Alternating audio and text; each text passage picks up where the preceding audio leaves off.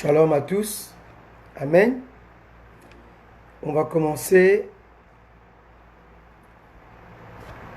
Amen. Connectez-vous, on commence dans 2 minutes. Gloire à Jésus.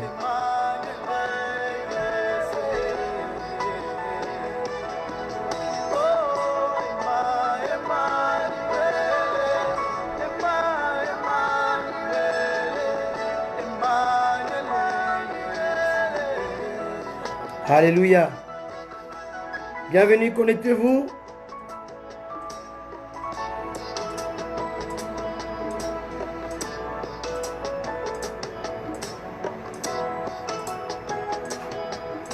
Il va être bientôt 18h à Londres, 19h à Paris. Notre temps. Alléluia. Alléluia.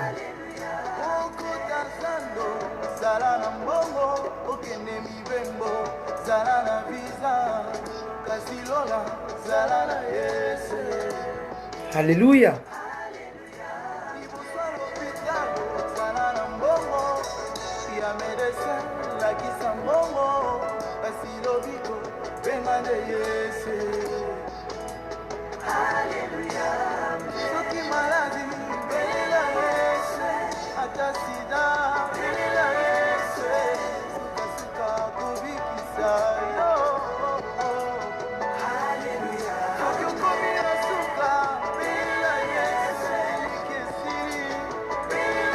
Amen, Seigneur, merci pour ta grâce. Amen.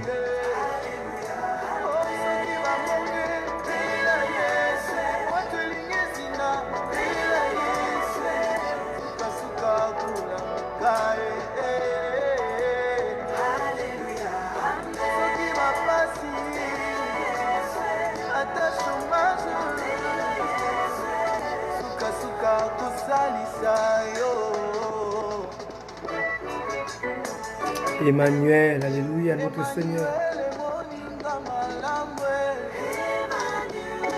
Yes.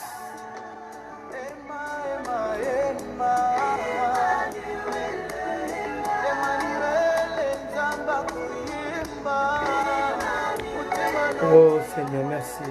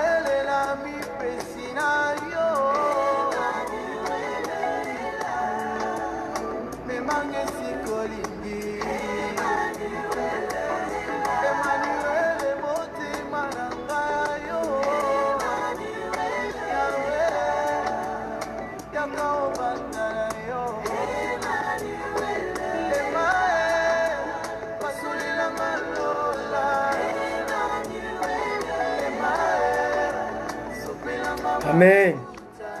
Connectez-vous au Seigneur.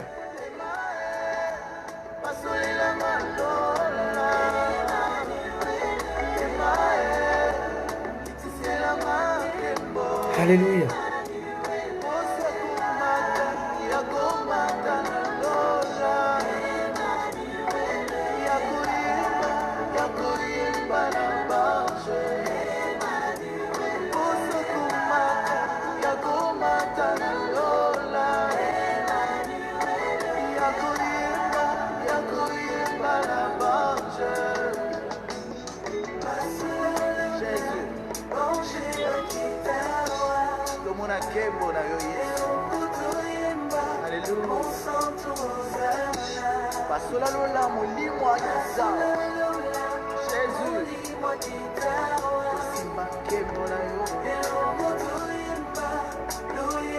Savourez ces chants.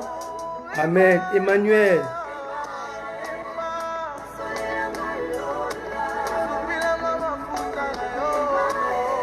Merci Seigneur.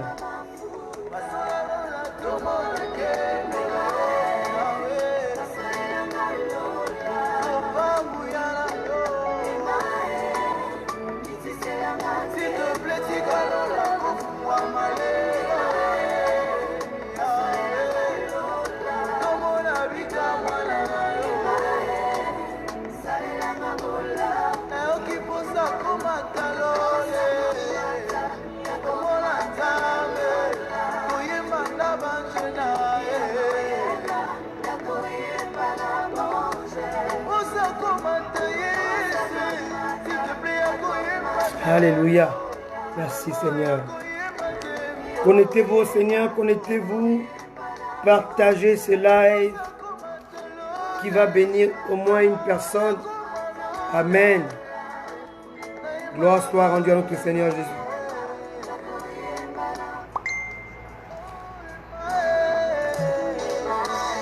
Merci Seigneur. Merci Jésus. Alléluia.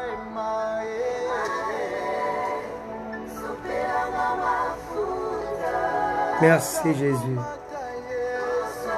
Gloire à ton nom.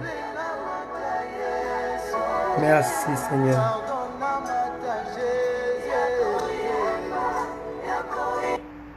Alléluia. Gloire soit rendue à notre Dieu. On va écouter encore un chant. Alléluia. Roi vainqueur. Amen. Gloire à ton nom Seigneur. Merci Jésus.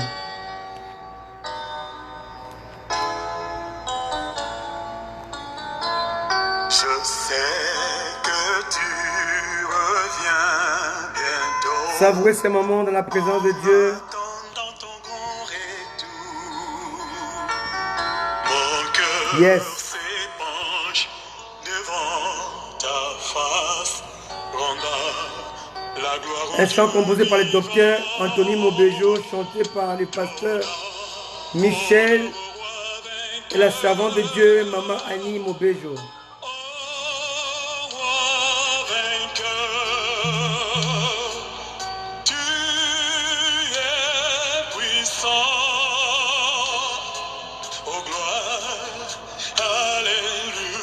Merci Jésus. Avec toi, l'Église régnera. Avec toi, l'Église régnera, Seigneur. Oh gloire, alléluia. Alléluia. Avec toi, l'Église régnera. Je sais que tu reviens bientôt et j'entends ton grand retour. Mon cœur s'épanche devant Savourons ce moment. rendant la gloire au Dieu vivant. Ton nom, on est roi vainqueur. Oh roi vainqueur, tu es puissant. Oh gloire, alléluia. Avec toi, l'Église régnera. Oh gloire, alléluia. Merci Seigneur. Avec toi, l'Église Nous t'offrons cette adoration, Seigneur Jésus. C'est toi le roi vainqueur. Oh, roi vainqueur. Merci Jésus. Tu es puissant. Oh gloire, alléluia. Avec toi, l'Église régnera. Oh gloire, alléluia. Avec toi, l'Église régnera. Oh gloire. Amen. Alléluia. Avec toi, l'Église régnera. Merci Adonai.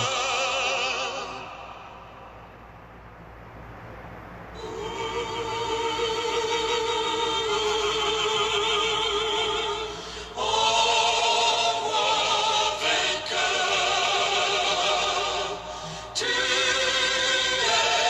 puissant. Oh gloire, alléluia. Avec toi, l'Église régnera. Merci Jésus.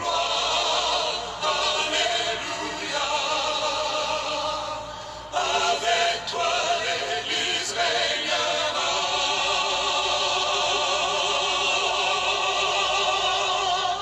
Oh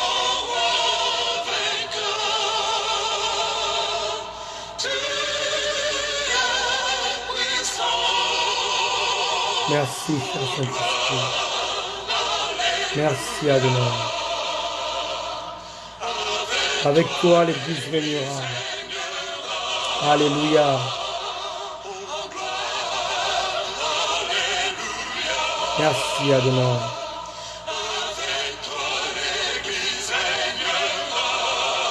Merci, Jésus.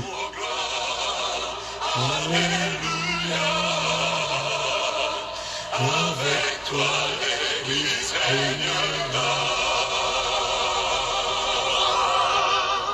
Merci, Seigneur. Amen. Gloire soit rendue à notre Seigneur, notre Dieu. Merci, Seigneur Jésus. Merci, merci, merci. Merci, Seigneur. On va commencer notre enseignement. On va continuer. Alléluia. Je vous salue depuis Londres, depuis Paris, depuis où vous êtes. Amen. On est ensemble. Alléluia. Merci, Seigneur.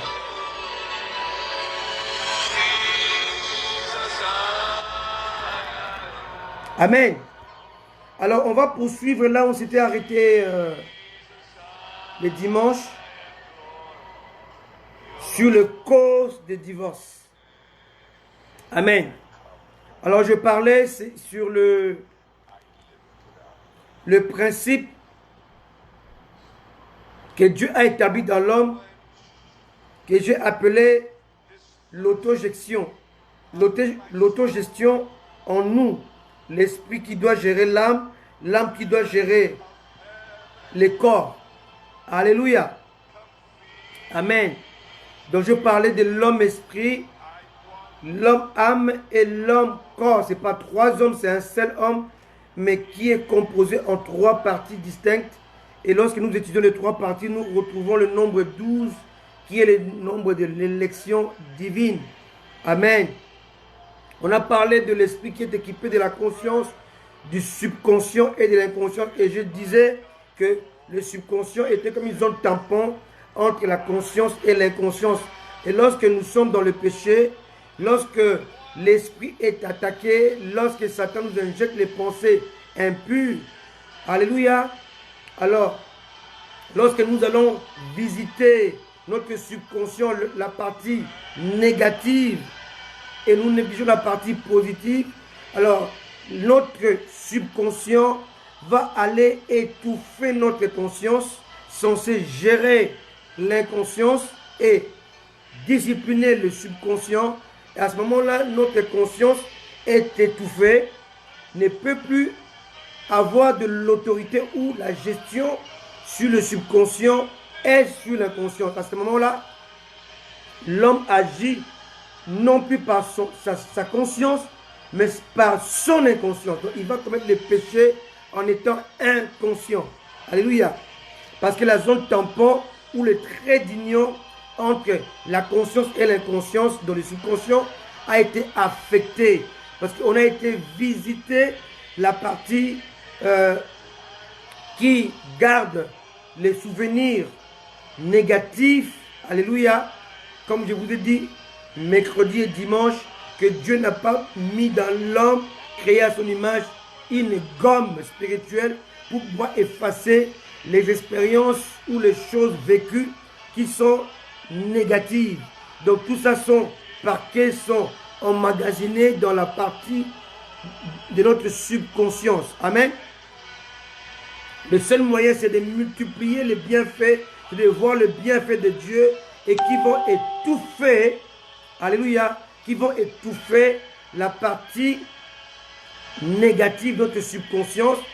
Alléluia, c'est à ce moment-là que la partie positive va se relever, alléluia, va s'émerger, alléluia, et cette partie maintenant va étouffer la partie négative de notre subconscient. À ce moment-là, la conscience prend le dessus sur le subconscient et sur l'inconscience. Amen. Alléluia. Amen. Gloire à Dieu. Et je parlais aussi comment le pardon est une puissance qui libère, dans le sens que lorsque nous pardonnons, nous allons mettre en veilleuse, donc boucher ou bloquer le souvenir négatif de celui qui nous avait offensé dans le passé et nous allons seulement voir le souvenir positif. Alléluia. À ce moment-là, la cohésion qui était rompue par le péché entre la conscience et l'inconscience est rétablie. Ce qui fait que la conscience va gérer maintenant le subconscient et l'inconscience. Amen. C'est très important de connaître ces choses. Et j'ai aussi expliqué comment les chrétiens tombent dans le piège des divorces. Alléluia. Et j'ai aussi reparlé toujours de notre vigilance. Alléluia. Parce que l'Esprit de Dieu conduit, impacte notre esprit afin que notre esprit puisse diriger ou imposer son leadership à notre âme et notre âme va imposer son leadership à notre corps. Amen. C'est très important. Pourquoi? Parce que l'âme est composée de 4 parties, le corps de 5 parties et l'esprit est composé de 3 parties. Alléluia. Donc les 3 parties de l'esprit vont aller imposer le leadership aux 4 parties de l'âme et les 4 parties de l'âme vont imposer leur leadership aux 5 parties de notre corps. À ce moment-là, l'homme maintenant peut gérer tout ce qui est problème. Bien aimé, vous devez savoir que Dieu n'a pas prévu, alléluia, que tous qui sont enfants de Dieu ne puissent pas avoir de problèmes. Non, le problème n'est pas le fait de ne pas affronter les difficultés. Le problème, ce n'est pas éviter les incompréhensions dans un couple. Non. Le plus grand problème, c'est la gestion des problèmes. On ne peut pas éviter les incompréhensions, on ne peut pas éviter les soucis, on ne peut pas éviter les intercations parce que nous sommes des êtres humains. Alléluia. Donc nous sommes faillibles étant humains dans la chair, mais nous sommes parfaits étant esprit. Alléluia. L'homme est d'abord un être spirituel qui possède une âme et qui vit dans un corps. Mais le corps est sujet à la faiblesse. Alléluia. Donc, il faut que l'esprit discipline l'âme et l'âme discipline à son tour le corps. Sinon, les faiblesses du corps peuvent affecter, alléluia, notre âme et notre âme peut aussi affecter notre esprit. Donc, ce sera à sens inverse en fait. Amen. Mais lorsque nous sommes en cohésion, en connexion avec l'Esprit de Dieu qui nous discipline, qui nous impose son leadership, notre esprit est suffisamment dopé pour pouvoir gérer notre âme qui est composée des affections, des émotions, des désirs, de la volonté.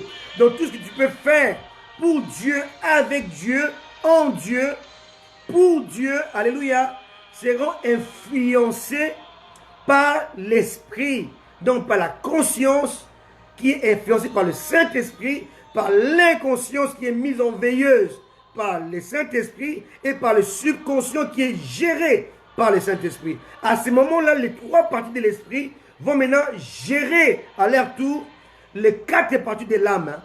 Amen. Tes affections seront gérées par l'esprit, tes émotions seront gérées par l'esprit, tes désirs seront gérés par l'esprit et ta volonté sera gérée par l'esprit. À ce moment-là maintenant, l'âme étant gérée par l'esprit, l'âme maintenant va gérer 5 parties du corps. Va gérer ta perception, ta manière de voir. L'âme va gérer ton goût, ta langue, ta manière de parler. L'âme va gérer lui, ton entendement, ta manière d'écouter. Alléluia. L'âme va gérer, alléluia, va gérer l'odorat. Alléluia. Alléluia. Ta sensibilité, ton adoration, ta manière de sentir la pourriture ou quelque chose de sain. Amen. Alléluia. Et ton âme va gérer ce qu'on appelle le toucher, la sensibilité. À ce moment-là, on est dopé du point de vue affectif, émotionnel, désir et volonté. Donc là, à ce moment, le corps est maintenant discipliné par l'âme. Amen. C'est très important de connaître ces choses-là. J'ai fait ce même petit rappel. Je l'ai prêché dimanche dernier et mercredi dernier. Amen. C'est très important à comprendre ces choses. Alléluia. Amen. Alléluia. Lorsque notre corps est géré par notre âme, alléluia, notre âme nous empêche. Parce que dans l'âme, c'est le désir. Tu ne pourras plus désirer une femme d'autrui. Donc ta vue, ta manière de voir sera gérée par ton désir. Donc ton âme, ta manière de regarder une femme d'autrui, un homme d'autrui, sera gérée par tes affections. Ta manière de regarder, de voir des autres seront gérées par tes émotions. Est-ce que vous comprenez? Donc lorsque l'homme ou la femme tombe dans l'adultère, donc il y a une faillite, il y a une fissure, il y a une incohérence. Alléluia. Il y a une coupure, il y a une déconnexion entre l'autogérance que Dieu a déposée en nous, dont l'âme cesse de gérer le corps. Alléluia. C'est très important ça à comprendre. Amen. Alléluia. Lorsque Satan avait posé la question à Ève, il a employé l'adverbe réellement, il a semé le doute dans l'esprit de Ève. Alléluia. Et Ève était maintenant dans le doute. Amen.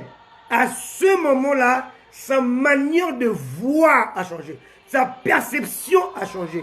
Ève, qui commençait maintenant à voir l'arbre interdit comme étant l'arbre appréciable. Quelqu'un me comprend? Amen. Alléluia. Lorsque l'homme est embrouillé dans sa perception spirituelle, sa perception naturelle aussi est déformée. Amen. C'est très important. Alléluia. Donc faisons très attention avec la zone tampon ou le trait d'union entre la conscience et l'inconscient. Cette zone tampon s'appelle le subconscient. Entre l'esprit, qui est la sommité, et le corps, qui est le maillon faible. Et le milieu, c'est l'âme. Alléluia. Le problème de l'homme actuellement, le problème qui pousse l'homme à pécher, l'homme à divorcer, la femme à divorcer, les gens à se chamailler, à s'entretuer, c'est le problème de l'âme. C'est la zone tampon, le trait d'union entre l'esprit et le corps. C'est l'âme qui va maintenant pousser l'homme à ne pas comprendre sa responsabilité. Il va maintenant aller envier les femmes d'autrui ou inversement. La femme va envier les hommes d'autrui et là, il y a faillite, il y a fissure.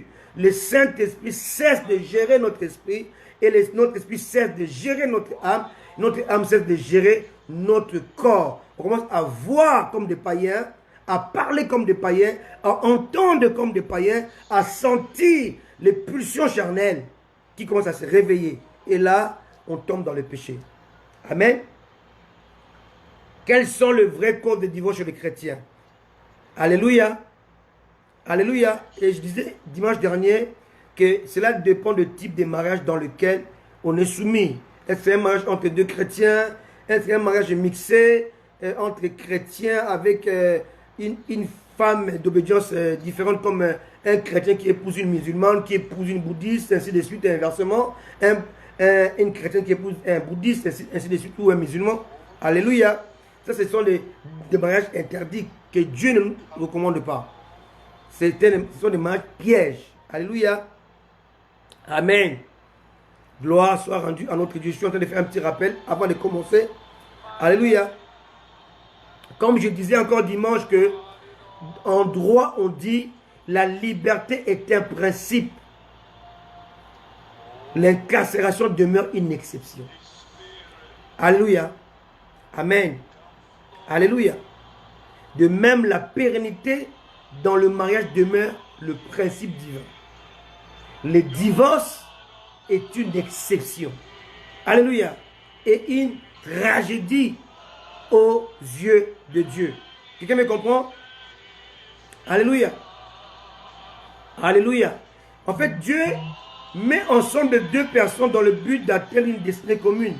L'homme aide la femme à atteindre sa destinée et inversement, la femme aide l'homme à atteindre sa destinée. Les deux époux demeurent complémentaires afin de marcher dans la destinée tracée et promulguer la destinée prédestinée par le Seigneur. Et je parlais aussi dimanche dernier que le couple, le mariage chrétien est l'image de Éphésiens 5, 25 à 33, où l'apôtre Paul nous montre que le mariage est le mystère qui relie ou qui dépeint Christ et l'Église.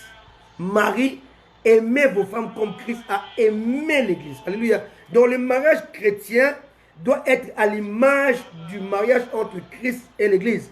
Alléluia. Donc de la relation. Alléluia. Donc la première cause de divorce, disais-je, était le manque de temps d'incubation. Alléluia. Le temps d'incubation, c'est le moment de connaissance, le moment de fiançailles, qui est très important. Alléluia. Amen. Alléluia. Et nous avions fait dimanche dernier une étude comparative entre le mariage entre Adam et Ève et entre Christ et l'Église. On a vu que au commencement, Dieu a endormi Adam, selon Genèse chapitre 2, verset 21. Il a endormi Adam, alléluia, pour sortir Ève. De même, Dieu, le Père, a endormi le Fils à la croix, Jean 19, verset 30 à 34, et il a sorti l'épouse de son côté. Si vous regardez bien, Jésus a été poignardé par une lance après sa mort, pas avant sa mort. Alléluia. Donc là, nous avons le parallélisme, une étude comparative. On comprend comment Ève était sortie et comment l'Église est sortie aussi de Christ. Alléluia. Donc l'Église, alléluia, est comme la dernière Ève, parce que Christ est appelé dernier Adam. Amen. Mais différemment ou contrairement à Adam et Ève, dont Dieu a béni le mariage, amen, Christ et l'Église, le mariage n'a pas été béni, mais le mariage a été ajourné. Alléluia. Et on va voir que lorsque le Père, amen, lorsque le Père a ramené la femme vers l'homme, selon Genèse chapitre 2, verset 22, alléluia, Adam l'a reconnu comme étant sa moitié, comme étant l'os de ses os, chair de sa chair, et Adam va la nommer. Il a dit, on l'appellera femme, parce qu'elle a été tirée de l'homme. Mais on remarquera que dans Jean chapitre 20, verset 11 à 18, lorsque le Père a ramené l'épouse, qui est ici l'image de Marie, vers Christ ressuscité, donc revenu à la vie, comme Adam, qui était mort, donc endormi, il s'est réveillé par le Seigneur, et Dieu lui a amené Ève. Adam l'a identifié, Adam l'a reconnu comme étant sorti de lui. Alléluia. L'a reconnu comme étant sa moitié, l'os de ses os, chair de sa chair. Adam l'a reconnu comme étant issu de lui, Ève. Alléluia. Et Adam l'a nommé, donc l'a identifié et l'a nommé. Mais ici, on va voir aussi que Ève n'a pas parlé.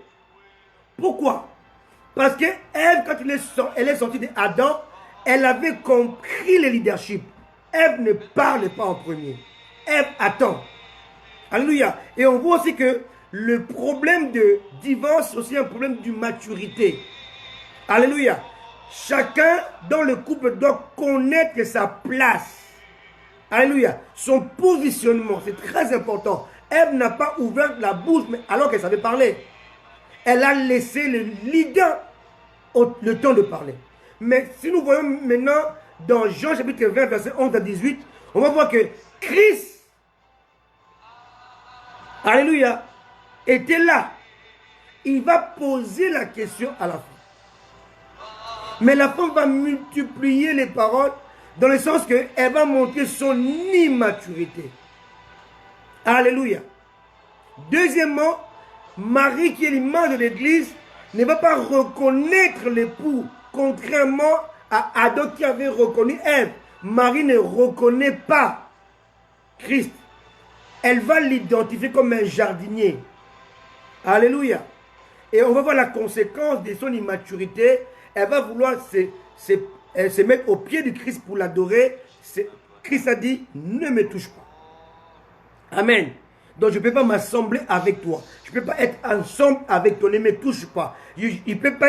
Le Père n'est pas célébrer le mariage parce que l'Église n'est pas encore prête. Voilà pourquoi Dieu avait suscité maintenant le Saint-Esprit dans le but maintenant de rendre l'épouse mature. Alléluia. Afin que le mariage soit béni, pas avant. Amen. Et depuis que le Saint-Esprit a commencé le travail, cela fait 2000 ans que l'Église est en préparation. Et le mariage aura lieu selon Apocalypse chapitre 19, verset 7. Et là, on parle des noces de l'agneau. Amen. Alléluia. Alléluia. Et j'ai aussi parlé pourquoi Dieu a-t-il célébré en Éden le mariage d'Adam et Ève et non pas celui de Christ et l'Église. Oui, c'était à cause de l'immaturité de l'Église. L'Église n'était pas encore prête, alléluia, à s'engager. Alléluia. Alléluia. Ève a reconnu le leadership d'Adam, mais l'Église n'a pas reconnu cela. N'a même pas identifié son leader, son époux. Amen. C'est pour ça que le mariage a été ajourné.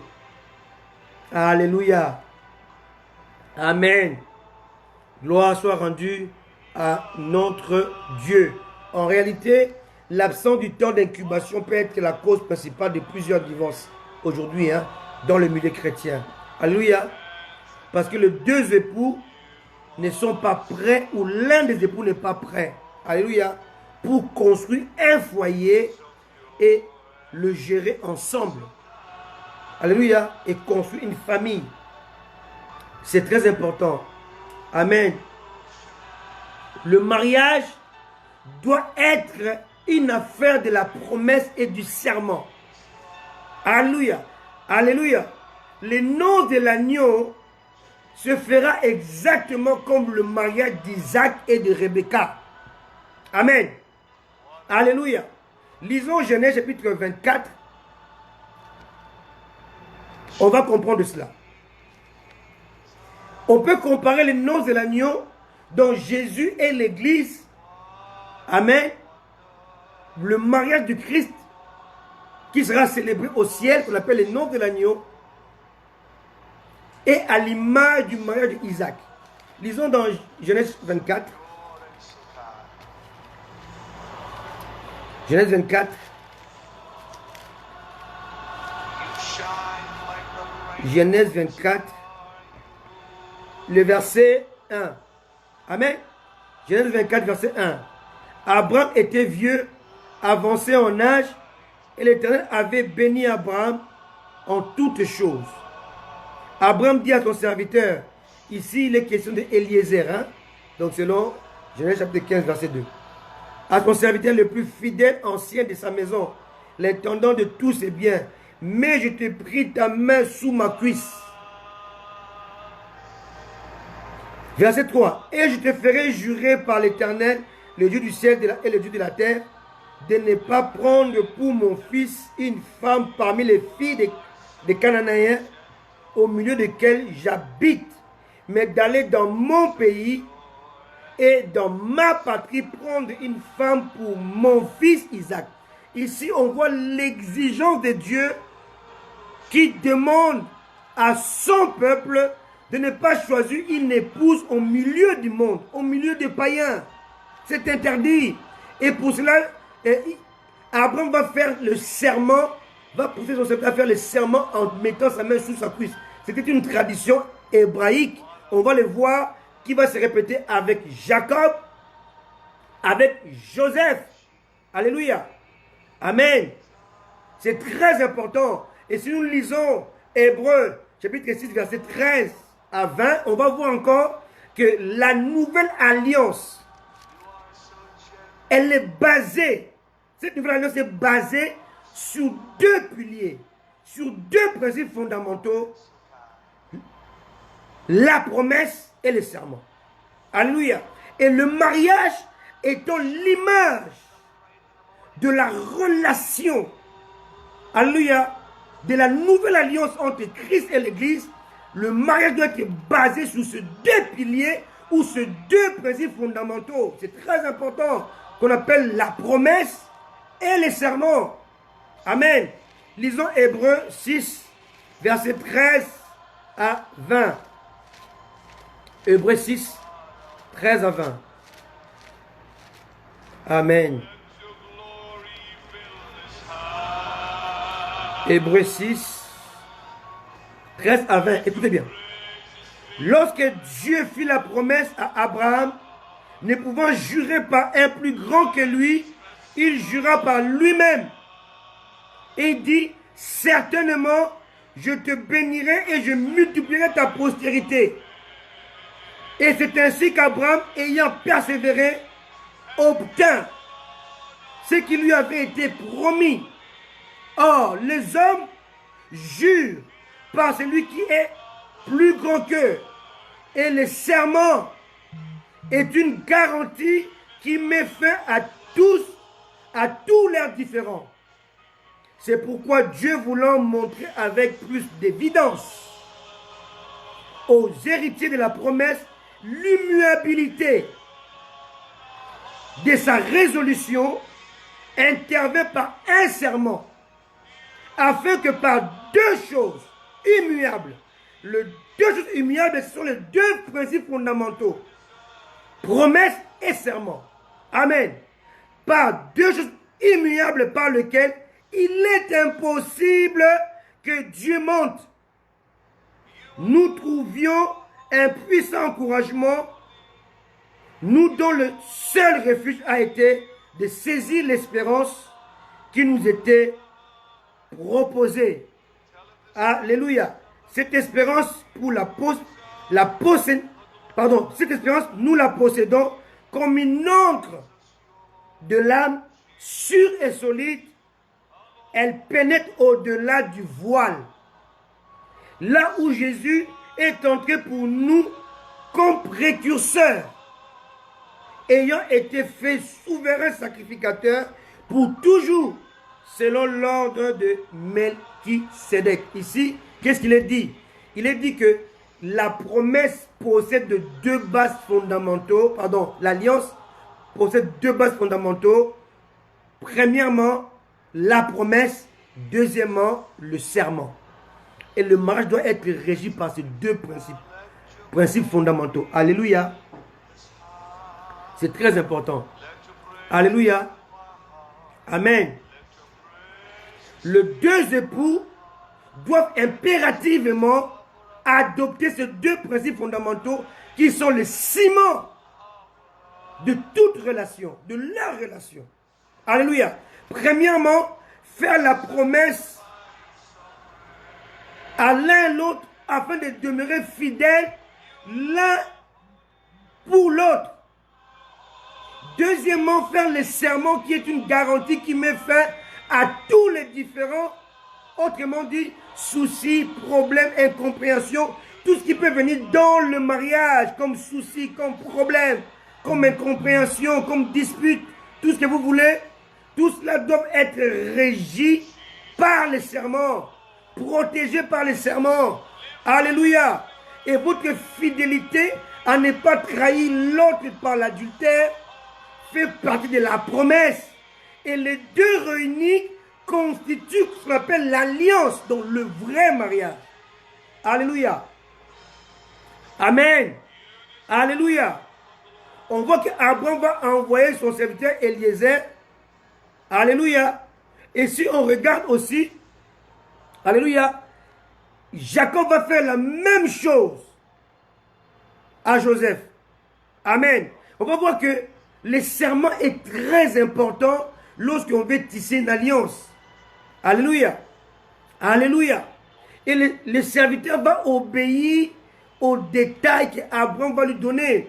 Amen. Le Saint-Esprit va obéir aux recommandations du Père au sujet de l'Église qu'il est censé préparer et ramener dans les nuées à la rencontre de l'époux afin que les deux puissent aller ensemble au ciel pour la bénédiction nuptiale. Amen. Alléluia. Amen. C'est très important. On va voir cela encore avec Jacob dans Genèse 47. Amen. Verset 28.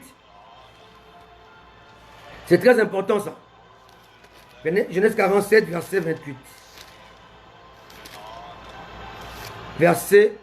Genèse 47, verset 28. Jacob vécut 17 ans dans le pays d'Égypte. Et les jours des années de la vie de Jacob furent de 147 ans. Lorsqu'Israël approcha du moment de sa mort, il appela son fils Joseph et lui dit, si j'ai trouvé grâce à tes yeux, mais je t'ai pris ta main sous ma cuisse. Amen. Use envers moi de bonté et de fidélité. Ne m'enterre pas en Égypte. Quand je serai couché avec mes pères, tu me transporteras hors de l'Égypte et tu m'enterreras dans leur sépulcre. Joseph répondit, je ferai selon ta parole. Jacob dit, jure-le-moi. Et Joseph le lui jura. Puis Israël se prosterna sur le chevet de son lit. Ici, on va voir exactement ce qu'Abraham a fait faire à Eliezer. Et on verra encore cela que Joseph encore va le faire faire à ses frères. Genèse 50, verset 24. Amen. Alléluia. Joseph dit à ses frères, je vais mourir, mais Dieu vous visitera et vous fera remonter de ce pays dans le pays qu'il a juré de donner à Abraham, à Isaac et à Jacob. Joseph fit jurer les fils d'Israël en leur disant, Dieu vous visitera et vous ferez remonter mes eaux loin d'ici. Amen. Alléluia. Et on voit le même serment, la même promesse et le même serment, alléluia, que Dieu va exiger pour la pérennité du mariage. Amen. Et si vous voulez voir dans Exode 13, versets 17 à 19, Moïse va prendre les os de Joseph, comme il avait dit. Joseph avait dit des années, 400 ans à peu près avant cela. Alléluia. Amen. Beaucoup d'années avant, des centaines d'années avant. Alléluia. Parce que Joseph est mort. Alléluia. Il avait 110 ans. Amen. Amen. Donc, 300 et quelques années après sa mort, lorsque Dieu a libéré son peuple, amen, ils ont obéi parce qu'il y avait le serment. Donc le serment est le ciment. Alléluia. Il est le ciment de toute relation. Que ce soit l'alliance avec le Seigneur ou le mariage entre l'homme et la femme. Le mariage demeure, bien aimé, une alliance. Qu'est-ce qu'une alliance? En hébreu, le mot alliance est appelé bérit. Alléluia. Alléluia. La première mention se trouve dans Genèse chapitre 6, verset 18. Amen. Alléluia. Amen. Le mot s'appelle en hébreu bérit. Amen. Amen. Gloire à Dieu. Alléluia. On voit le premier mot se trouve dans Genèse 6, verset 18. Mais j'établis mon alliance avec toi. Alléluia. Mon alliance avec toi. Et là, Dieu parle à Noé par rapport au déluge. Alléluia. Tu entreras dans l'âge, toi et tes fils, ta femme et les femmes de tes fils avec toi. Ça, c'est le premier mot alliance dans la Bible. Et ce mot a été traduit par le mot hébreu bérit. Alléluia. Et en grec, ce mot c'est traduit par diatheke. Diatheke, dont la première mention se trouve dans la bouche de Zacharie, le père de Jean-Baptiste. Amen. Mais qu'est-ce qu'une alliance? Une alliance est une condition pour être en relation avec Dieu. Par définition, l'alliance divine est une déclaration souveraine de Dieu par laquelle il engage sa responsabilité. Lorsque Dieu tisse une alliance avec un être humain ou avec un peuple, avec une nation, il va engager sa responsabilité. Alléluia. Donc l'alliance est établie en vue de régler les relations entre Dieu et ses créatures. Alléluia. Amen. On va voir 8 types d'alliances. On va voir ce qu'on appelle l'alliance de l'Éden, qui avait pour signe l'arbre interdit. Deuxièmement, on va voir ce qu'on appelle l'alliance d'Adam déchu. Les signes, c'était la sainte postérité. Et la troisième alliance, on appelle l'alliance noatique. Les signes s'appelaient l'arc-en-ciel. Et la quatrième alliance, c'est l'alliance abrahamique. Le signe, c'est la circoncision. Cinquième alliance était l'alliance du Sinaï. Le signe, c'est le royaume de sacrificateurs. Vous serez pour moi un royaume de sacrificateurs. Alléluia. Et sixième alliance, c'est l'alliance entre Dieu et son peuple d'Israël. Et le signe, c'était, je vous donnerai la terre promise. Et septième alliance, c'est entre Dieu et David. Et le signe, c'est le millénium. Il a dit que il va susciter un roi qui va régner éternellement. Donc ici, Christ, Dieu parle de Christ, du royaume millénaire, d'où le millénium de Christ. Amen. Et parmi ces 7 alliances-là, il y a ce qu'on appelle la 8e alliance, alléluia, qui a pour signe le sang de Jésus. Alléluia. Et la 8e alliance, elle est caractérisée par la promesse et les serments. Amen. Alléluia. Cette alliance fait allusion au cœur. Non pas au principe des hommes, mais au cœur. Amen. Dans l'intimité, dans une relation scellée par le sang de l'agneau et par le sceau de l'esprit. Alléluia. J'écrirai mes lois dans leur cœur afin qu'ils me suivent, qu'ils m'obéissent. C'est une alliance qui est basée sur l'intimité.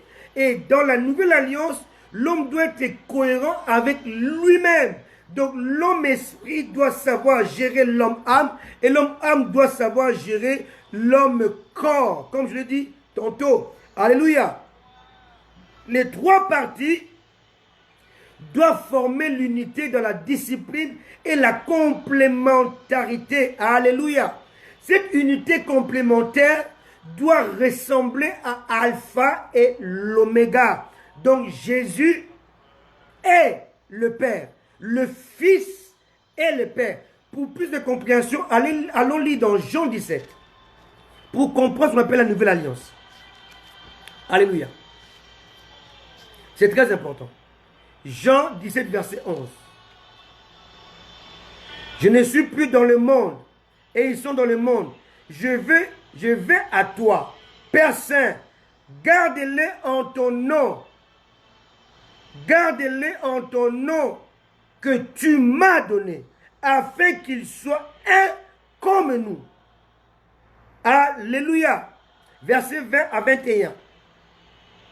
Ce n'est pas pour eux seulement que je prie, mais encore pour ceux qui croiront en moi par leur parole. Amen.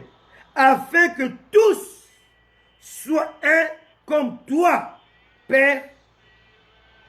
Tu es en moi et comme je suis en toi, afin que eux aussi soient un en nous, pour que le monde croie que tu m'as envoyé. Alors écoutez-moi très bien, je vais faire la démonstration pour que vous puissiez comprendre, que vous puissiez saisir un peu, c'est comment l'alliance entre le Père et le Fils, qui se mixe avec l'alliance entre l'Église, avec ses membres composants. Alléluia. Avec les chrétiens, les saints qui forment l'Église, l'alliance qui doit être gérée. Il dit, afin que tous soient un comme toi, Père. Tu es en moi et comme je suis en toi. Afin qu'eux aussi soient un. Donc, le mariage ou l'Église est basé sur l'unité de la complémentarité. Suivez-moi très bien. Suivez-moi très bien parce que c'est très important. Là, j'arrive au niveau où on va expliquer des choses profondes. Alléluia. Et là, on va comprendre le mariage. On va comprendre pourquoi, dans le Seigneur, étant enfant de Dieu, étant un homme de Dieu, étant une femme de Dieu, étant serviteur de Dieu, étant chrétien rempli du Saint-Esprit, le divorce est quasiment interdit. Amen. Si on comprend ces profondeurs, on va comprendre pourquoi Dieu est le divorce et comment si nous sommes vraiment, réellement des enfants de Dieu, on ne peut pas accepter le divorce. Alléluia. Parce que dans chaque problème, Dieu a placé une solution. D'ailleurs, il existe des solutions qui attendent des problèmes. Alléluia. On va voir que Dieu avait préparé Ève avant qu'Adam ressente le manque, le vide d'Ève. Donc, il faut savoir que dans le Seigneur, la solution est toujours établie avant les problèmes. C'est très important. Même dans votre couple, le plus grand danger, ce n'est pas avoir des problèmes. Le plus grand danger, c'est de savoir comment les gérer. Alléluia. La Bible est claire. Il est impossible qu'il n'y ait pas de scandale. Impossible. Il y aura toujours les scandales. Amen. Mais malheur par qui les scandales arrivent. Donc on ne peut pas éviter les scandales. On ne peut pas éviter les problèmes dans un mariage. C'est impossible. Il y aura les problèmes parce que Satan va attaquer les mariages. Satan va vouloir affaiblir les mariages. Satan va s'attaquer à l'homme et à la femme. Satan va vouloir divorcer. Vous poussez au divorce parce que Satan a commis l'adultère spirituel. Alléluia. Il s'est rebellé contre Dieu et Dieu a divorcé d'avec lui. Voilà pourquoi Satan il joue le rôle de celui qui pousse au divorce. Amen. Mais il faut savoir gérer les problèmes. Si votre mariage est basé sur ces deux piliers qui forment l'alliance, qu'on appelle la promesse et le serment, votre mariage va tenir. Amen. C'est très important. Je disais tout à l'heure que le mariage est une alliance qui est une unité complémentaire et doit ressembler à l'alpha et l'oméga. Alléluia. Voici l'alpha et l'oméga. L'alpha et l'oméga est une image d'une alliance, d'un anneau. Il n'y a ni commencement ni fin. Alpha et l'oméga. Là où il y a l'alpha, c'est aussi là où il y a l'oméga.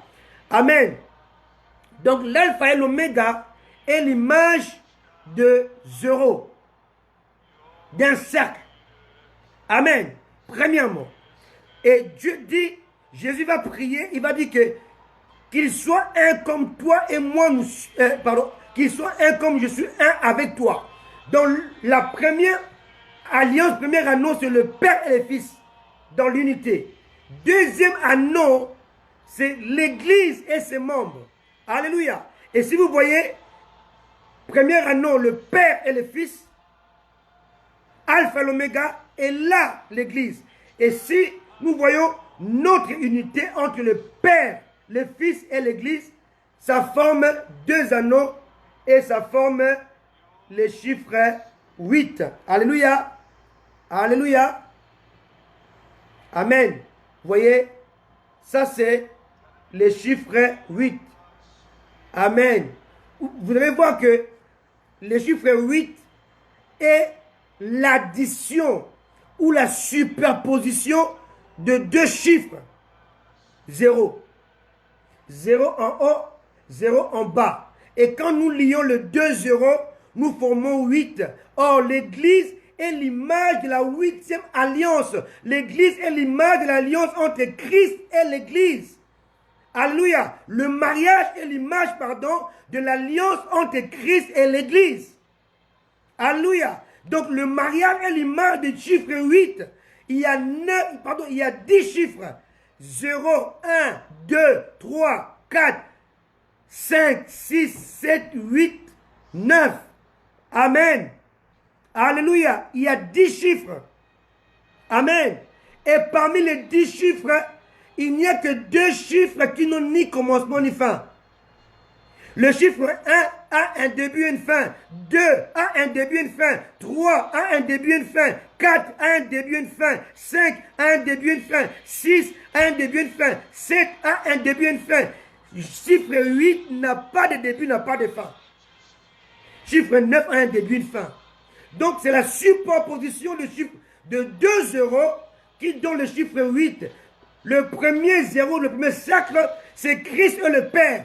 Et le deuxième cercle, c'est l'alliance, c'est la communion, c'est la complémentarité entre l'Église et Christ. En d'autres termes, le premier cercle, c'est l'homme qui qui est cohérent en lui-même. Le deuxième, c'est la femme qui est cohérente en elle-même.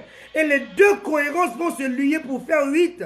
Et quand on rentre dans 8, on rentre dans un système qui n'a ni commencement ni fin. Il n'y a pas d'issue de sortie. Amen. C'est ça le mariage. Amen.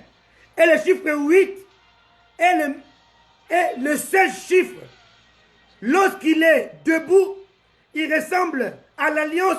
Lorsqu'il est couché, il ressemble à l'infini. Ceux qui ont fait les mathématiques, ils savent.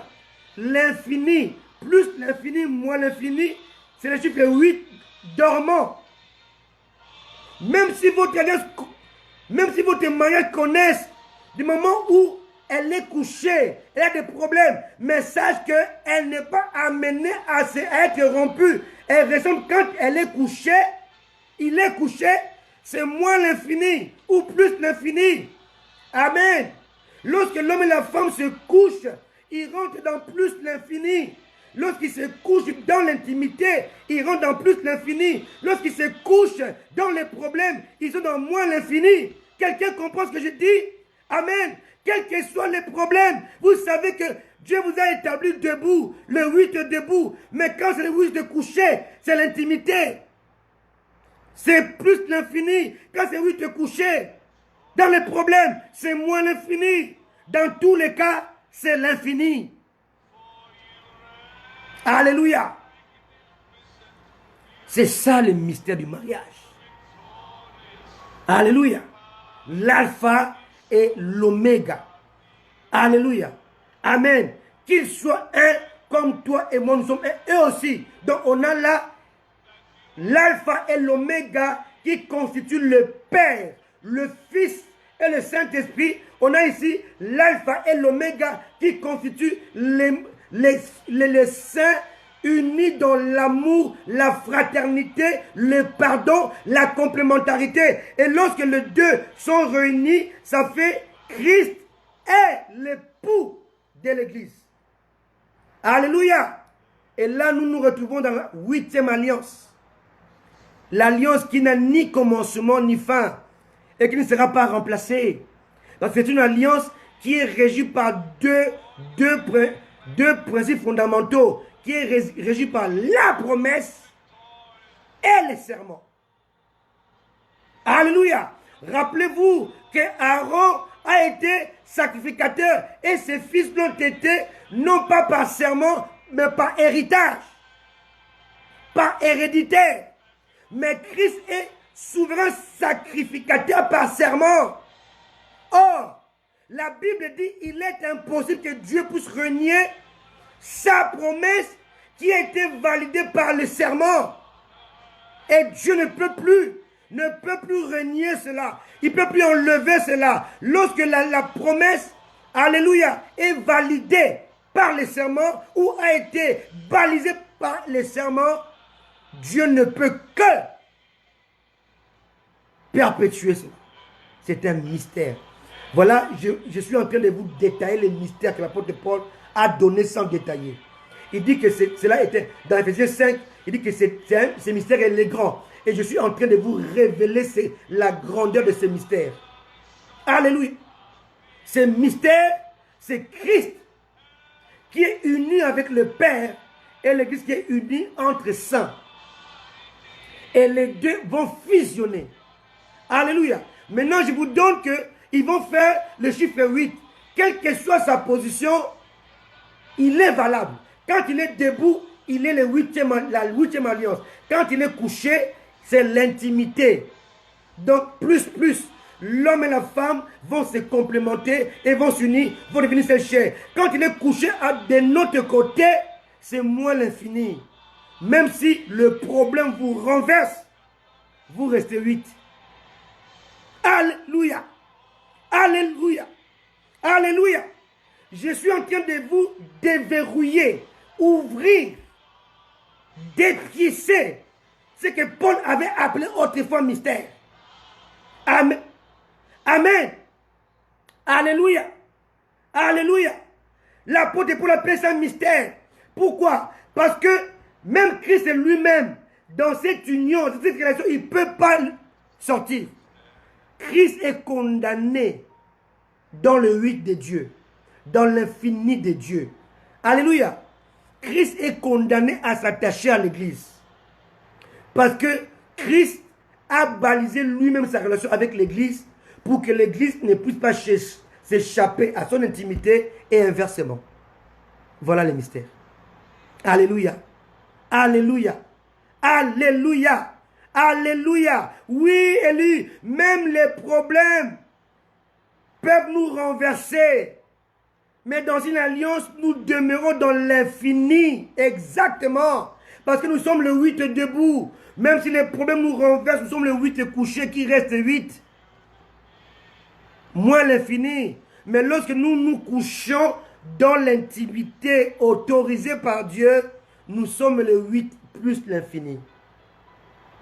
Lorsque nous nous couchons à cause des problèmes qui viennent s'abattre sur le bateau de notre mariage, nous sommes le moins l'infini. Mais nous restons toujours infinis. Donc ça veut dire qu'il n'y a pas de dislocation. Il n'y a pas de divorce. Jésus s'est engagé pour ne pas nous perdre. Est-ce que quelqu'un comprend ça? Est-ce que quelqu'un comprend cette profondeur-là? Alléluia. Alléluia. Donc Jésus va nous racheter et il va s'engager à ne plus jamais nous perdre. Premièrement, il va verser son sang qui a un prix inestimable. Donc le diable peut réunir tout le monde, tout l'argent du monde entier. Bien aimé, je vais vous parler, si Dieu le veut, peut-être dimanche, je vais vous parler du matériel et du spirituel. Je vais vous montrer comment le matériel, quel que soit son niveau, ne peut jamais racheter le spirituel. Le sang de Christ est d'abord spirituel. Amen. Alléluia. Alléluia. Amen. Alléluia. Je vais vous dire une chose. Le sang de Jésus a une valeur infinie. Et quand on parle infini, on parle encore du chiffre 8. Amen. Alléluia. Alléluia. Alléluia. Voilà le mariage préconisé par Dieu dans la nouvelle alliance. Les trois parties censées être unies, complémentaires, alléluia, sont souvent en antagonisme. Et c'est ça qui va pousser, alléluia, l'homme ou la femme à répudier l'un ou l'autre. Mais l'alliance nous montre que même si nous sommes couchés, nous restons dans l'alliance. Si nous sommes debout, nous restons dans l'alliance. Alléluia. Le chiffre 8 est le seul chiffre. On peut le mettre debout ou couché à gauche ou à droite. Il ne change pas sa signification. 8 égale alliance infinie, qui ne sera pas remplacée. Et quand il est couché, c'est plus, moins l'infini ou plus l'infini. Encore l'alliance. Alléluia. Encore l'infini. Alléluia. Amen. Je vais revenir sur les paroles que Paul a sorties au sujet de Christ et l'Église. Éphésiens. Amen, c'est très important. Et je vais rebondir là-dessus pour essayer d'expliquer ces mystères. Amen. Par la grâce de Dieu. Alléluia.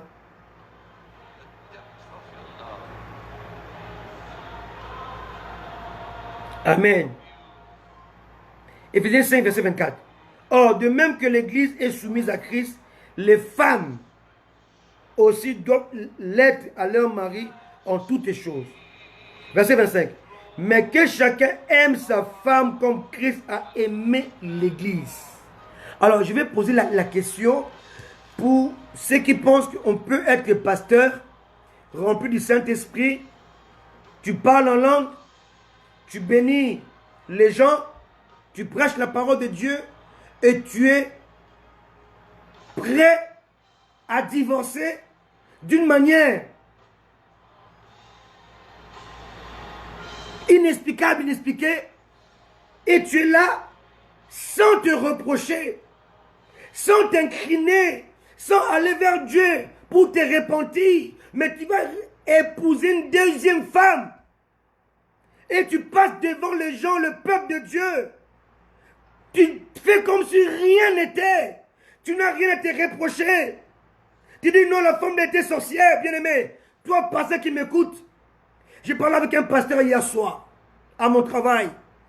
Il m'a dit, docteur Christian, ce sujet est tellement glissant qu'aucun pasteur n'ose le prêcher, l'enseigner. C'est tellement glissant. Beaucoup de pasteurs refusent de l'enseigner parce qu'ils ont peur de briser les relations avec leurs amis pasteurs qui sont renommés, qui ont de grandes assemblées. Ils ont peur que les portes leur soient fermées. Alléluia. Je le sais. Mais moi, je n'ai pas besoin de portes des gens. Amen. L'église doit être enseignée. L'église doit être enseignée, éduquée. Alléluia. Doit être conduite selon Christ. Oui, je prends les risques que les pasteurs me ferment les assemblées. Je prends ces risques-là. Que les pasteurs puissent refuser de m'inviter. Je prends ces risques. Mais je prends le côté de Jésus. Je prends la part de la parole de Dieu. Cette parole est annoncée dans les Saintes Écritures. On doit la prêcher. Alléluia. Alléluia. On doit dire cela. On doit le dire au peuple de Dieu. Que le divorce des pasteurs n'est pas biblique. Et si tu divorces, tu es pasteur, il faut nous prouver que ton épouse avait commis l'adultère. Ou inversement. Et encore, même l'adultère, Dieu nous donne la possibilité de pardonner et de repartir à zéro. Alléluia. Parce que le pardon est une chose qui libère. Mon frère, ma soeur, je ne connais pas la raison de ton divorce. Je ne suis pas contre toi, mais je suis pour la parole de Dieu. Voilà le seul message que je prêche, qu'un pasteur divorcé ne peut pas prêcher, car il serait incohérent. Oh, je bénis Dieu car il m'a gardé fidèle à mon épouse. Je peux prêcher ce message. Alléluia. Et je peux édifier le peuple de Dieu. Pas parce que je suis meilleur que les autres, non. Parce que Dieu m'a fait grâce de prêcher ce message pendant que je suis encore marié et légitime. Pendant que je suis fidèle à mon épouse et inversement. Nous sommes là pour cela. Nous sommes complémentaires. Je ne vous condamne pas. Dieu vous connaît. Vous connaissez pourquoi vous êtes mariés. Et vous savez pourquoi vous êtes divorcés. Dieu fait grâce à qui il veut. Tout est grâce exactement. Amen. Mais ce message doit être prêché. Car beaucoup dans l'église sont perdus aujourd'hui. Ils ne savent pas sur quel sein se vouer. Parce que leur pasteur a divorcé. Et lui-même son mariage bat de l'aile. Il ne sait pas où aller. Il ne sait pas comment se comporter. Il a devant lui un mauvais exemple. Amen. Mais notre modèle demeure Christ. Alors laissez-moi vous poser la question. Est-ce que Christ peut-il répudier son église à cause de sa faiblesse? Mon frère qui m'écoute là, combien de fois tu as été faible devant Dieu? Combien de fois tu avais brisé même l'alliance avec le Seigneur? Combien de fois tu as été désobéissant? Est-ce que Christ t'a répudié? Non. Il t'a supporté. Est-ce que Christ peut-il répudier son église à cause de ses fautes? Combien de fois tu as fauté dans ta vie chrétienne? Combien de fois tu as fauté dans ta relation avec Christ? Combien de fois tu as manqué de prier, de méditer la parole de Dieu? Oh, la Bible dit que cela est un ordre, que ce livre de la loi ne s'éloigne point de ta bouche. Médite les jours et nuits. C'est un ordre, c'est un impératif. Mais combien de fois à cause du travail, de la fatigue, des problèmes, des soucis, tu n'arrives pas à le méditer tous les jours? La Bible dit prier sans cesse, c'est une obligation, c'est un commandement, c'est un ordre. Alléluia. Amen. Alléluia. Mais combien de fois tu t'es couché sans dormir à cause de la fatigue de ton travail? Mais est-ce que c'est pour cela que Christ t'a répudié? Non. Alléluia, oui, homme de Dieu depuis le Canada. Je dois prêcher la parole en toute occasion, favorable ou non. Je n'ai pas besoin de faire plaisir aux hommes. L'apôtre Paul a dit, si je plaisais encore aux hommes, je cesserai d'être serviteur de Dieu. Moi, Christian, je n'ai pas été établi docteur par un homme. J'ai été établi docteur par Jésus lui-même. Un jour, je vous donnerai mon témoignage, comment Christ est venu me voir lui-même pour m'établir docteur. Je n'ai pas été établi docteur par les écoles bibliques, par des hommes, mais par Christ lui-même. Et Christ m'a établi docteur afin d'apporter la précision, la certitude, l'éclairage, la clarté, la direction à suivre. Je ne suis pas le meilleur, non, mais Dieu m'a fait grâce d'apporter la direction, d'apporter l'exactitude, d'apporter la lumière, d'apporter la cohérence, d'apporter l'envie d'aimer la parole de Dieu, d'aimer la parole de Dieu, d'aimer les Saintes Écritures, de donner aux gens le goût de la parole. Voilà ma mission que Dieu m'a donnée. Et Dieu m'a dit cela. Quand tu prêcheras ma parole, les gens qui vont t'écouter, ils auront le goût de méditer, le goût d'aimer la parole de Dieu, de creuser encore la parole de Dieu. Tu vas leur donner le goût d'aimer la parole de Dieu. Parce que tu vas apporter la précision, la certitude, la lumière, l'éclairage. C'est cela ma mission. Et aujourd'hui, Dieu m'a dit de parler sur le divorce, parce que ce divorce est devenu un cancer. Alléluia. Un cancer dans le corps de Christ. Amen. On doit corriger ces choses. Alléluia. Amen. Le divorce est dangereux. Le divorce est dangereux. Il détruit. Il déforme la sainte doctrine, il déforme les Écritures, il déforme l'ordre de Dieu, il déforme l'institut de l'Éternel, il déforme les paroles du Christ, il déforme l'ordre de l'Église, il déforme l'institution qui est le mariage. Il déforme. Alléluia. Est-ce que Christ peut-il répudier son épouse parce qu'elle est insoumise? Combien de fois tu étais insoumise à Christ? Mais jusqu'à aujourd'hui, tu l'adores. Il ne t'a pas rejeté. Est-ce que Christ peut-il répudier son épouse à cause de son attitude? Jamais. Combien de pasteurs aujourd'hui ont divorcé parce qu'ils accusent leur femme de sorcière? Bien-aimé, Dieu t'a établi pasteur, ministre de Dieu, plénipotentiaire, extraordinaire. Cela veut dire qu'il t'a donné le plein pouvoir. Si ta femme est sorcière, alors délivre-la. Délivre-la. Tu ne peux pas la répudier parce qu'elle est sorcière. Délivre-la. C'est toi le leader. C'est toi le leader. C'est toi le leader. Tu joues le rôle du Christ auprès d'elle. Délivre-la. Amen. Ma soeur qui m'écoute, tu ne peux pas quitter ton mari parce qu'il est sorcier. Prie pour sa délivrance. Amen. Nous divorçons parce que nous sommes incapables d'accomplir l'œuvre de Dieu auprès de notre conjoint. Pasteur est limité parce qu'il s'est rendu compte que sa femme est sorcière. Mais le pasteur chasse les démons à l'église. La sorcellerie est le niveau le plus bas du satanisme. Il n'y a pas plus bas que ça. Mais si toi tu chasses des démons, la sorcellerie peut te prendre 1 seconde pour la stopper. C'est simple. Si tu es uni avec le Saint-Esprit, c'est simple à enlever. Alléluia. C'est toi le leader. Délivre-la. Amen. L'apôtre Paul parle de la grandeur de ce mystère entre Christ et son Église. Parce qu'il y a le devoir et la responsabilité du Christ dans le mariage qui les lie avec l'Église. De même, il y a des responsabilités entre l'homme et la femme qui est son épouse. Alléluia.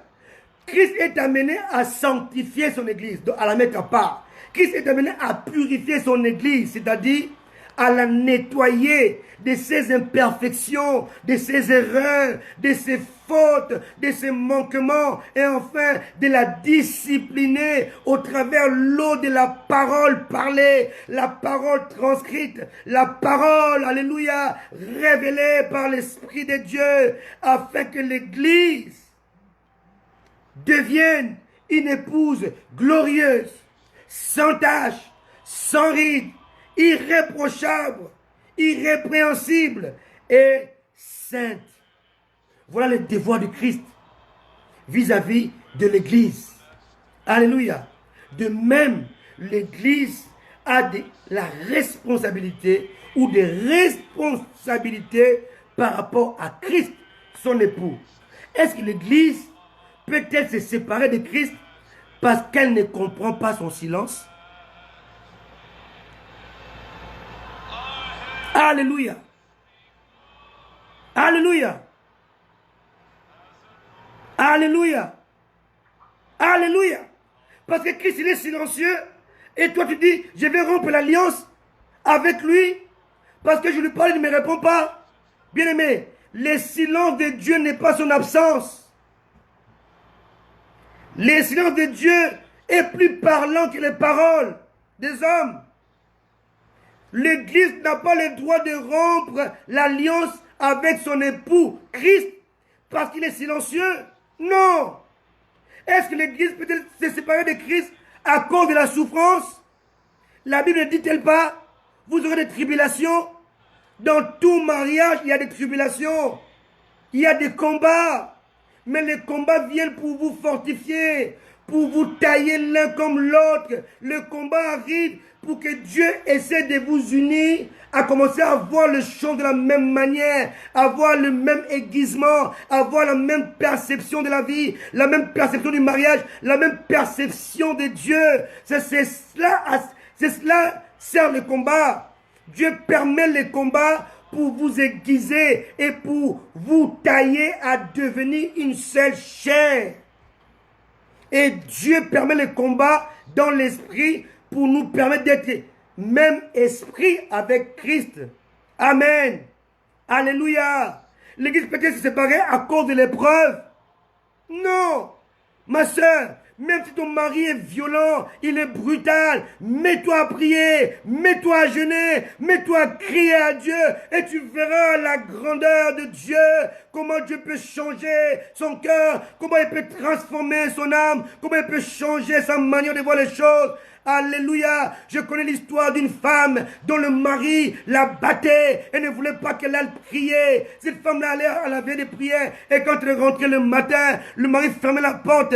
Elle dormait devant la véranda. En hiver, il gelait, il faisait moins 10 degrés. La femme grelottait dehors, il neigeait, il faisait froid. Mais lorsque le mari ouvrait la porte, la première chose que la femme faisait, c'est pas d'insulter son mari, mais de lui faire son café. Amen. Alléluia. Et c'est arrivé plusieurs fois. Elle part à la veillée. Le mari ferme la porte à double clé. Et quand elle rentre, elle ne peut pas rentrer. Elle reste dehors pendant 2 heures, 3 heures. Elle rentre à 5 heures du matin, 5h30, 6 heures. Le mari part au travail. Le mari part au travail vers le 9 heures. Et quand le mari va ouvrir la porte vers le 8 heures du matin, 8h30, la femme rentre. Au lieu de s'énerver, elle lui fait son café. Elle lui fait son déjeuner, son breakfast. Le mari ne comprend pas. L'homme qui est violent, l'homme qui tape la femme, mais la femme répond et agit en bien par rapport au mal qu'elle subit. Surmonter le bien par le mal par le bien. Et au bout d'un certain temps, l'homme dit à sa femme, je vais voir ton pasteur. Et sa femme, qui savait que son mari était violent, elle croyait que le mari voulait voir le pasteur pour le boxer.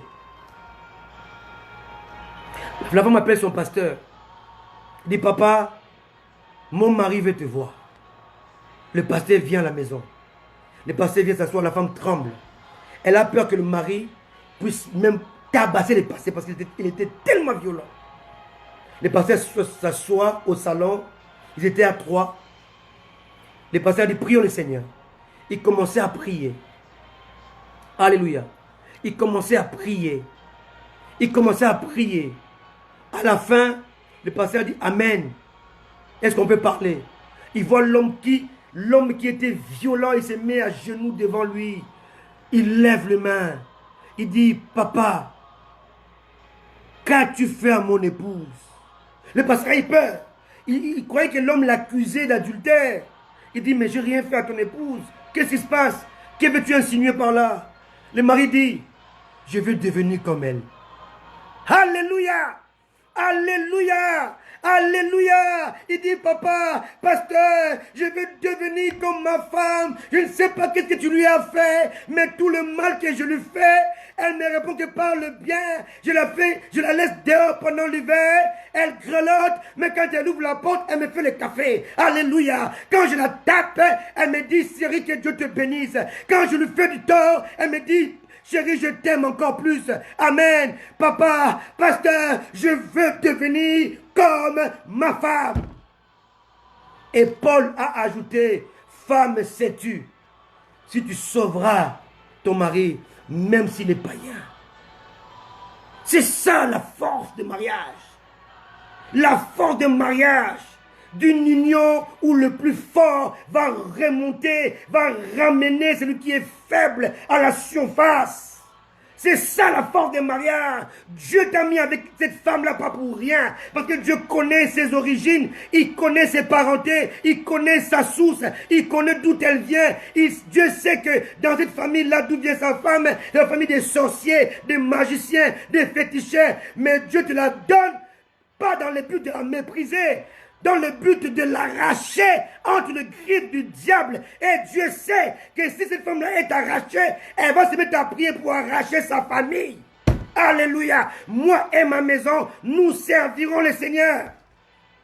C'est ça le but. Et inversement, femme, Dieu t'a donné un nom violent peut-être, mais la violence là, elle est héréditaire. Elle vient de la famille. Si tu pries pour sa délivrance, à partir de sa délivrance, ça sera la délivrance de sa famille. Alléluia. Ne divorcez pas pour des raisons stupides, pour des raisons comportementales, pour des raisons d'attitude, pour des raisons de sorcellerie, pour des raisons je ne sais quoi. Alléluia. Alléluia. C'est très important. Alléluia. Alléluia. Alléluia. Aujourd'hui, je vais m'arrêter là. La suite, mercredi prochain. Parce que dimanche, je vais parler du matériel et du spirituel. Alléluia. Est-ce qu'un chrétien, est-ce que deux chrétiens nés de nouveau, remplis du Saint-Esprit, peuvent-ils divorcer aux yeux de Dieu et au vu de la parole de Dieu? La réponse est non. Non. Aucune écriture, aucune parole ne l'autorise. Aucune. Alléluia. Alléluia. Alléluia. Toi qui me suis, peut-être tu es divorcé, tu es peut-être comme Bénin, ce grand pasteur qui avait aussi divorcé avec sa femme. Mais au bout de 3 ans et demi, le même Dieu lui a dit, retourne voir ta femme, Suzanne. Il s'est remarié avec elle. Et si cette écriture se trouve dans la Bible, enfin, cet acte est biblique. Amen. On peut le voir dans 1 Corinthiens 7. Alléluia. Alléluia. 1 Corinthiens 7, verset 10. À ceux qui sont mariés, ici Paul parle aux chrétiens, pas aux païens, aux chrétiens. À ceux qui sont mariés, j'ordonne, non pas moi, mais le Seigneur. Donc l'ordre vient de Dieu. Que la femme ne se sépare point de son mari. Ici, Paul fait allusion aux chrétiens, pas aux païens. Si elle est séparée, qu'elle demeure sans se marier, ou qu'elle se réconcilie avec son mari. C'est un ordre de Dieu. Et que le mari ne répudie point sa femme. Alléluia. 1 Corinthiens 7, 10 à 11 interdit aux chrétiens de divorcer. Si vous voulez divorcer, restez seul. Restez seul. Priez le Seigneur. Jusqu'au temps où Dieu, alléluia, Dieu va vous dire de vous réconcilier avec votre époux, votre épouse. Comme l'a fait notre frère Bénin, notre sœur Suzanne. Alléluia. Que Dieu vous bénisse. Alléluia. Parce que le mariage doit être au modèle du Christ. Alors, j'aimerais parler à ce qui m'écoute depuis 3-4 séances. J'aimerais que vous puissiez me donner vos suggestions. Écrivez-moi une box. Donnez-moi vos questions qui vous dérangent au sujet du divorce. Alléluia.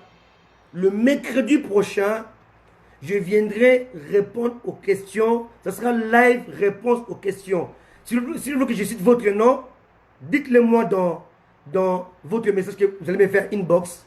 Dites-moi, je suis le frère Alain. Citez mon nom pendant le live. Et voici ma question. Alléluia. Alléluia.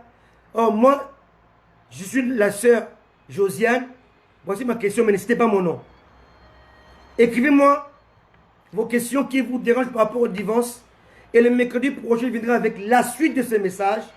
Mais je vais aussi répondre aux questions qui vous dérangent par rapport au mariage, par rapport au divorce entre chrétiens, je dis bien, entre chrétiens. Je parlerai de divorce entre chrétiens et païens.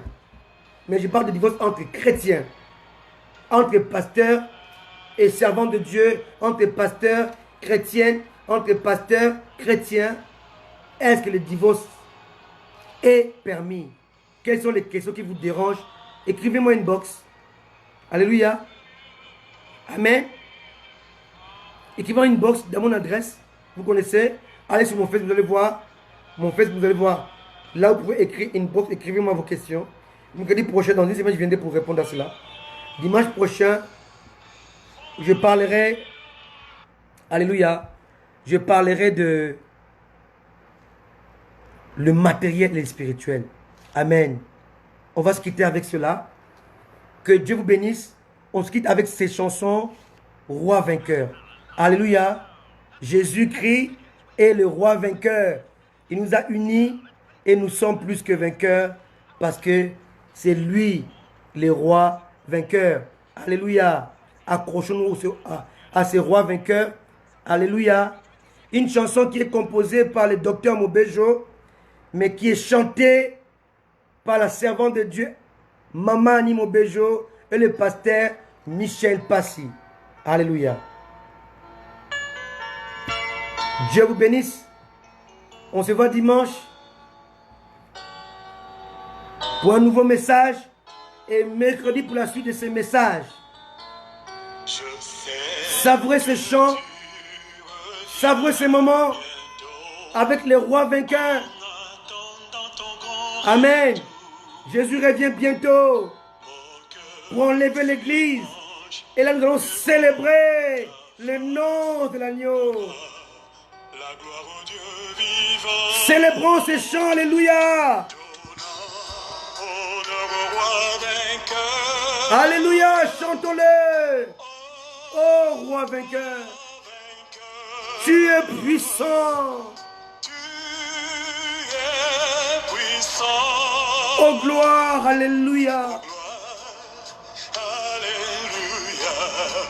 Avec toi, l'église régnera. Soyez bénis, mon ami. Ronnie Badjo, mon pasteur depuis le Canada. Sois béni, mon fils. L'apôtre Patrick, depuis les États-Unis. Je t'aime beaucoup, fils. Tu fais un bon travail. Je suis fier de toi. Sois béni, ma fille Nadine, depuis Kinshasa. Tiens bon. Tiens bon, ma fille. Tu vas y arriver.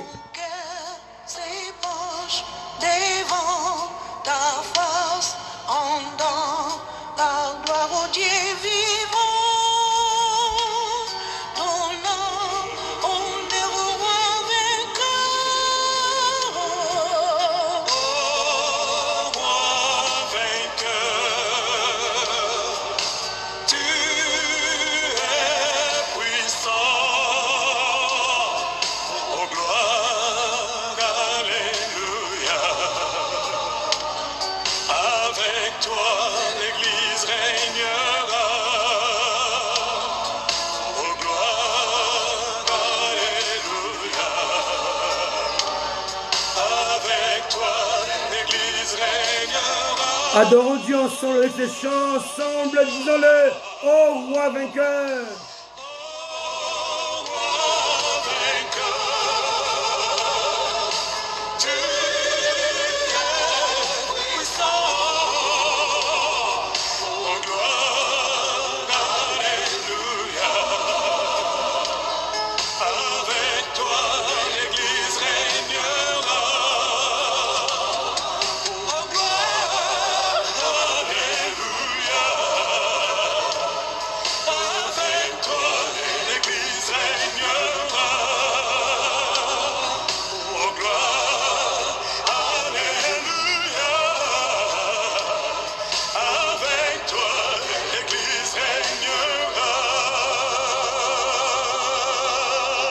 Alléluia. Merci Seigneur. Merci roi vainqueur. Merci roi vainqueur. Merci roi vainqueur. Merci roi vainqueur.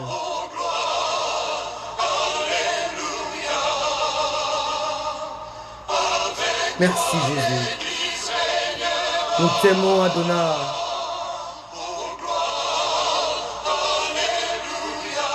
Soyez bénis, nous vous aimons. Moi et mon épouse élue, nous travaillons dans cette œuvre pour la gloire du Père, afin que Christ soit honoré. Nous ne sommes pas là pour faire plaisir à qui que ce soit. Nous disposons la parole de Dieu droitement. Nous ne voulons pas nous faire des amis, mais nous voulons faire des collaborateurs qui aiment la même parole révélée comme nous, inspirés par le Saint-Esprit. Pas plaire aux hommes, pas avoir des alliances avec les hommes, mais raffermir notre alliance avec le Seigneur en prêchant droitement la parole de Dieu. Soyez bénis. Dieu vous bénisse. Nous vous aimons. Rendez-vous est donné dimanche à 14h30 heure de Paris. À dimanche. Amen. Bye.